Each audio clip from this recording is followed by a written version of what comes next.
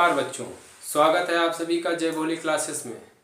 बच्चों आज हम लोग समाकलन की शुरुआत करते हैं। समाकलन अर्थात 7वें अध्याय की कक्षा 12 में एनसीईआरटी बुक में समाकलन 7वें अध्याय में दिया गया है। आज हम उस पर चर्चा करेंगे। आज हम समाकलन की शुरुआत करेंगे। तो समाकलन की शुरुआत करने के लिए हमें महत्वपूर्ण फार्मूलों का ज्ञान होना आवश्यक है, तभी हम किसी भी सवाल को कर पाएंगे। वैसे भी अगर आपने अवकलन को पढ़ा होगा तो आपको जानकारी होगी कि अवकलन के प्रत्येक सवाल को लगाने के लिए सूत्रों की कितनी या फार्मूलों की क्या आवश्यकता होती है।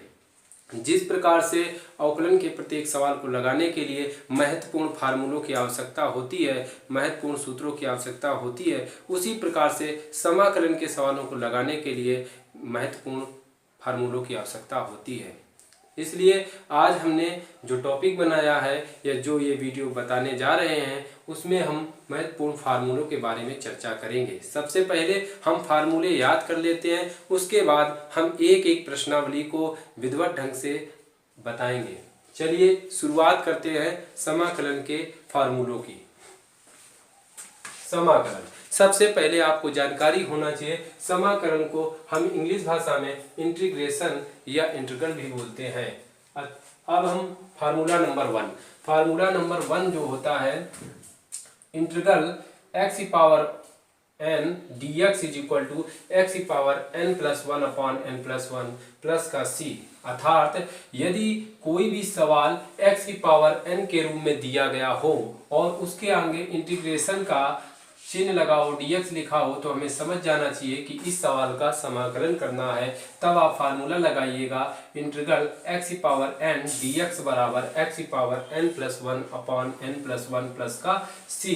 किस टाइप से, जैसे कोई सवाल लिखा गया है x की पावर 5, इसके आगे यदि इंटीग्रेशन लगा हुआ और dx लिखा गया है तो हमें समझ जाना चाहिए कि इसका क्या करना है, समाकलन करना है। तो हमें फार्मूला लगाना चाहिए x पावर n dx बराबर x power n plus 1 upon n plus 1 plus का c। ये फार्मूला दिया गया x power n plus 1 upon n plus 1। तो x की जगह x है, n की जगह 5 है, अर्थात हम यहाँ सरल करते हैं तो n की जगह 5 प्लस 1 अपॉन 5 प्लस 1 प्लस का c।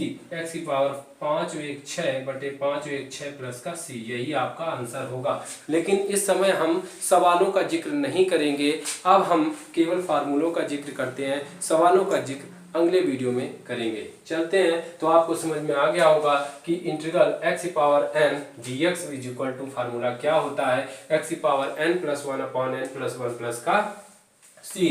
फार्मूला नंबर 2 इंटीग्रल 1 बटे x dx बराबर log e बेस x होता है या log x भी इसे कह सकते हैं, log e base x plus c। Formula number 3 integral e base x dx बराबर e base x plus c। यदि कोई भी सवाल e बेस x के रूप का है तो उसका समाकलन भी e बेस x ही होगा। यदि सवाल formula number 4 integral a base x dx is equal to a base x upon log e base a plus का c। a बेस x की कंडीशन यदि सवाल में हो तो इसको इस टाइप से लिखेंगे a base x upon log e base a। तो बच्चों formula number 5 integral sine x dx is equal to sine x की यदि कंडीशन हो, साइन x के रूप में सवाल हो तो उसको हम कास के पदों में बदलेंगे, अर्थात minus cos x plus c हो जाता है। Formula number 6 integral cos x ds, यदि cos x के रूप में सवाल हो तो उसको हम साइन के पदों में बदल देते हैं, अर्थात साइन x प्लस c हो जाता है। Formula number 7 integral sec square x dx, sec square x dx का यदि रूप हो तो हम उसको 10x में बदल देते हैं, sec का 10 में बदल देते हैं। cosec square formula number 8 cosec square x dx बराबर cosec स्क्वायर x यदि हो तो उसको हम cot x में बदल देते हैं, cosec को cot में बदल देते हैं। और फार्मूला नंबर 9 यदि sec x और 10x dx हो, integral sec x 10x dx हो तो हम उसका फार्मूला लगाते हैं तो sec x प्लस c के रूप में हो जाता है, sec x प्लस c के रूप में हो जाता है। Formula number 10 cosec integral cosec x cot x dx, cosec x cot x dx का जो फार्मूला होता है या समाकलन होता है वो माइनस cosec x होता है। इस टाइप से बच्चों आपने 10 फार्मूलों का फार्मूलों का अध्ययन कर लिया। तो 10 फार्मूले। सबसे पहले यदि फार्मूला नंबर 1 की जो कंडीशन बनी वो integral x power n dx हो तो फार्मूला बनता है x power n plus 1 upon n plus 1 plus का c। Formula number 2 integral 1/x dx बराबर क्या, log x plus c, log x plus का c। फार्मूला नंबर 3 यदि इंटीग्रल e बेस x का dx कराना है तो e बेस x ही होगा, तो e base x plus c। Formula number अगला integral a base x dx is equal to a base x upon log e base a plus का c। Formula number 5 integral sine x बराबर sine का cos में minus cos x plus c। Formula number 6 integral cos x dx बराबर तो sine x plus c होगा। Formula number 7 sec square x dx बराबर tan x plus c। Formula number 8 integral cosec square x का होगा minus cot x plus c। Formula number 9 integral sec x tan x dx बराबर sec x plus c। Formula number 10 integral cosec x into cot x is equal to minus का cosec x plus c। इस type से 10 फार्मूले तैयार हो गए होंगे।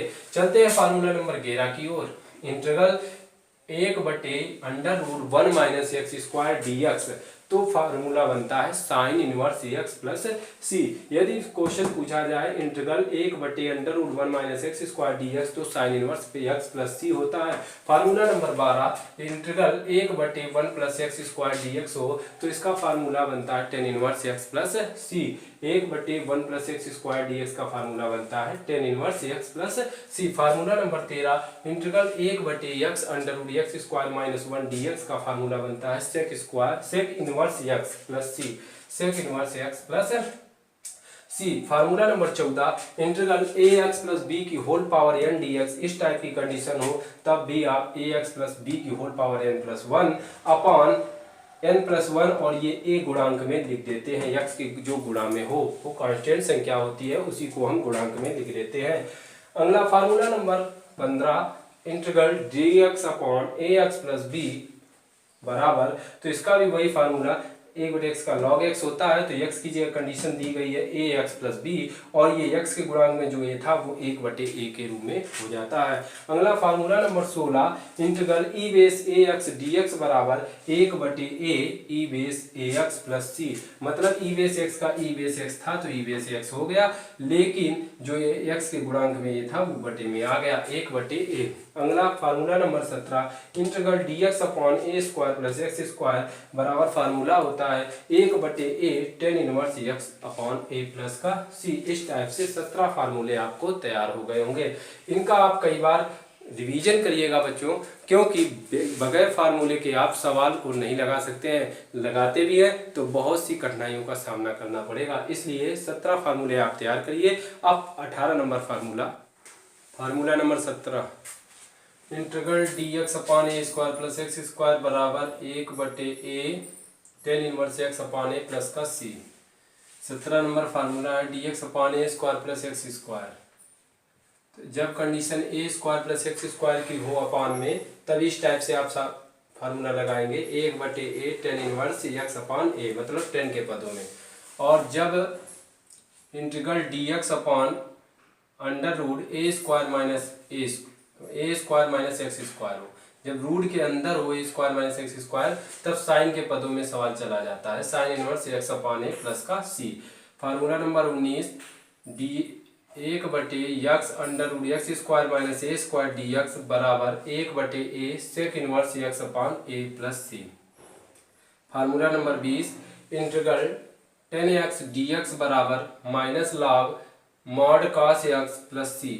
तो 10x जब लिखा होगा तो 10x का जो फार्मूला होता है वो माइनस लॉग cos x होता है, minus log cos x plus c। 10x का दूसरा भी फार्मूला होता है log sec x plus c। यदि आंसर आपका sec के पदों में हो तब फार्मूला आप ये लगाएंगे 21 नंबर, और जब cos के पदों में आंसर दिया हो तब फार्मूला लगाएंगे log mod cos x, और 10 के पदों में log sec x। अगला formula number 22 integral cot x dx का तो log mod sin x plus c होता है। cot x का क्या होगा log sin x plus c। अगर formula integral cosec x dx दिया हो तो cosec x dx का जो फार्मूला होता है वो log 10x/2 होता है, log 10x/2 plus c। Formula number 24 integral cosec x dx का फार्मूला होता है log cosec x minus cot x। यदि cosec x हो तो cosec x का जो होगा वो log cosec x minus cot x plus c। अगला formula number 25 integral sec x dx, sec x का समाकलन जो होता है वो भी लाख के पदों में होता है। देखिए tan का भी लाख के पदों में होता है, cot का भी लाख के पदों में होता है और sec का भी लाख के पदों में होता है, अर्थात log sec x plus tan x plus c। लेकिन यदि आंसर sec x और tan x के पदों में हो तो ये लगाएंगे, लेकिन यदि sec का ही फार्मूला सवाल हो और tan के पदों में आंसर दे रहा हो तो log 10 π/4 प्लस x/2। तो देख लीजिएगा बच्चों, यहाँ पर प्रत्येक के दो दो फार्मूले दिए गए हैं। 10 के दो फार्मूले हैं minus log cos x log sec x। यदि आंसर cos के पदों में हो तब फार्मूला आप ये लगाएंगे, यदि आंसर sec के पदों में हो तो फार्मूला आप ये लगाएंगे। यहाँ cot का sin x होता है और cosec के भी दो फार्मूले हैं, cosec का log 10x/2, cosec का log cosec x minus cot x और sec का sec x plus 10x, sec x का log 10x π/4 plus x/2। Formula number 27 integral a square minus x square यदि दिया गया है तो 1/2 x under root a square minus x square plus a square sine inverse x upon a। Formula number 28 integral a square plus x square dx, यदि minus हो तब formula ये लगाएंगे और प्लस हो तब फार्मूला ये लगाएंगे। 1/2 बड़ा bracket x under root a square plus x square plus a square log x plus under root a square plus x square, छोटा ब्रैकेट बंद और बड़ा ब्रैकेट बंद। अगला फार्मूला नंबर 29 इंटीग्रल यदि x आगे हो, इसमें x पीछे था, a आगे था, कांस्टेंट संख्या आगे थी, यहाँ पर x का पद आगे होगा x square minus a square, क्योंकि माइनस तो दोनों में, प्लस में तो आगे पाछे कुछ भी हो वो सेम होता है, लेकिन माइनस में क्या है, माइनस में डिफरेंस हो जाता है, इसलिए माइनस के दोनों फार्मूले लिखे गए। तो integral x square minus a square dx बराबर 1/2 x under root x square minus a square minus a square log x plus under root x square minus a square. अगला सवाल formula number 30 integral 1/x square minus a square dx, यदि root ना लगा हो और बटे में वही वर्गांतर भी दी गई हो तब आपका फार्मूला होगा 1/2a log x minus a upon x plus a plus का c, यही फार्मूला होता है। और यदि integral 1/a square minus x square हो, यदि x आगे हो तब ये फार्मूला, और यदि x पीछे हो मतलब कांस्टेंट संख्या आगे हो जाए तब आपका फार्मूला नंबर 31 होगा 1/2a log a plus mod a plus x upon a minus x plus c। यहाँ पर यह भी कंडीशन आप ध्यान रखिएगा, जब x is greater than a होगा तब फार्मूला ये लगेगा, जब x is lesser than a होगा तब फार्मूला ये लगेगा, अर्थात x कब बड़ा है ये आपको सवाल में देखना। बस आज के लिए इतना ही पर्याप्त है। आज आप फार्मूले याद करिए, क्योंकि कल से हम शुरुआत करने वाले हैं प्रश्नावली 7.1 को, और प्रश्नावली 7.1 को या समाकलन के प्रत्येक सवाल का अच्छे प्रकार से अध्ययन करने के लिए आपको फार्मूले याद होने चाहिए। आपको आज मौका मिलता है और ये 30-31 जितने भी फार्मूले हैं आप इनको याद कर लीजिएगा। आपको विधिवत तरीके से एक एक सवाल प्रश्नावली का समझाया और बताया जाएगा। फार्मूले आप याद करिए। कल मिलते हैं फिर एक बार प्रश्नावली 7.1 के साथ। आज के लिए इतना ही। नमस्कार बच्चों।